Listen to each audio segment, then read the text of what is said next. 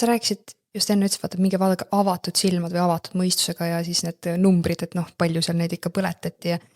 mina mõtlen nagu, et võtta see neutraalne seisukoht, kuna sa ise ei olnud seal koha peal, on ju, noh, ühest kohast tuleb 6 miljonit, teisest kohast tuleb 20 000, 65 000, noh, on see number, mis on, aga jääd nagu neutraalseks.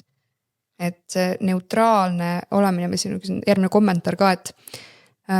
küsimus Katrinile, millist infot need Charlie ja Erika Kirki kohta?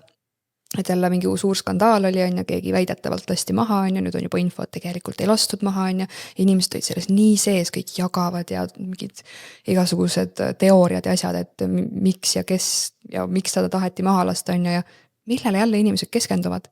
Mina see info nagu tuli, ma jäin täiesti neutraalse, ma nagu